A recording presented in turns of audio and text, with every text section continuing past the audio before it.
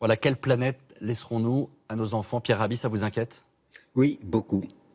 Beaucoup parce que le comportement, disons, de l'humanité aujourd'hui est inconscient.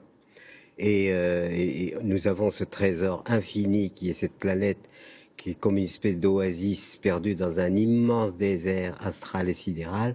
Et tout ce que nous savons faire de cette planète, c'est piller, polluer. On la traite comme un gisement de ressources qu'il faut transformer en dollars. Et avec ce que ça provoque, évidemment, comme disparité et misère. Alors dans l'un des deux livres que vous publiez, celui consacré aux semences, vous expliquez que les 3/4 des variétés de semences ont disparu en 100 ans de notre planète. Est-ce que c'est grave?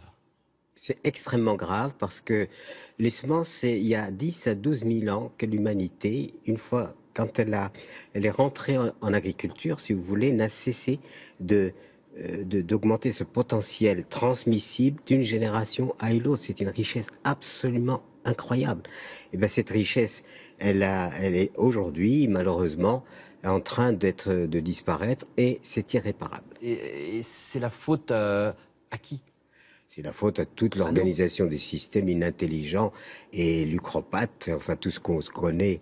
On connaît de ce qui gère aujourd'hui l'ensemble de la planète. On sait très très bien qu'il y a des mécanismes qui sont des mécanismes arbitraires destinés simplement à produire du fric, si vous voulez. Vous parlez également du syndrome titanique face à l'immense danger qui nous menace.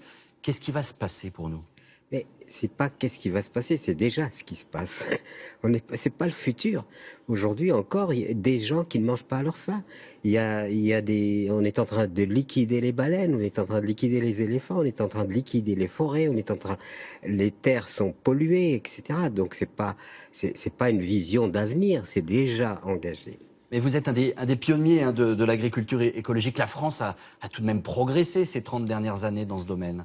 Oui, avec évidemment beaucoup de réticence compte tenu des intérêts qu'il y a plutôt à vendre des engrais chimiques, des pesticides de synthèse ou des semences sélectionnées plutôt qu'à appliquer les règles simples que la nature nous a éduquées et scientifiquement. Ça ne veut pas dire qu'on applique les choses comme ça, d'une façon simplement habituelle. Pierre Rabhi, on est en pleine campagne présidentielle. Est-ce qu'il y a un projet dans les programmes des candidats qui trouve grâce à vos yeux?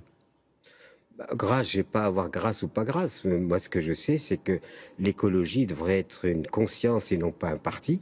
Je suis reconnaissant à ceux qui, malgré tout,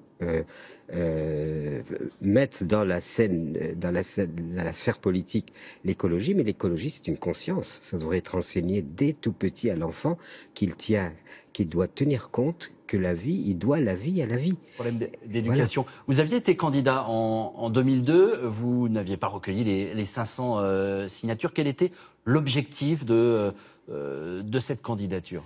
L'objectif de la candidature, c'était de saisir une opportunité d'une écoute nationale pour mettre en avant justement les problématiques les plus graves, les plus importantes. C'était pas une question de gauche ou de droite, c'est une question surtout, est-ce que nous sommes dans une société qui vaut la peine? Aujourd'hui, on est dans une société de l'abondance et on consomme des anxiolytiques, en veux-tu, en voilà. On n'a même pas réussi à mettre de la joie dans cette société.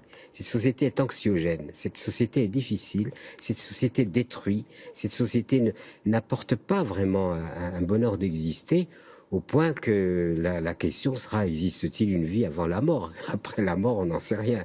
Mais existe-t-il une vie avant la mort? Ça s'appelle pas vivre ce que nous vivons actuellement.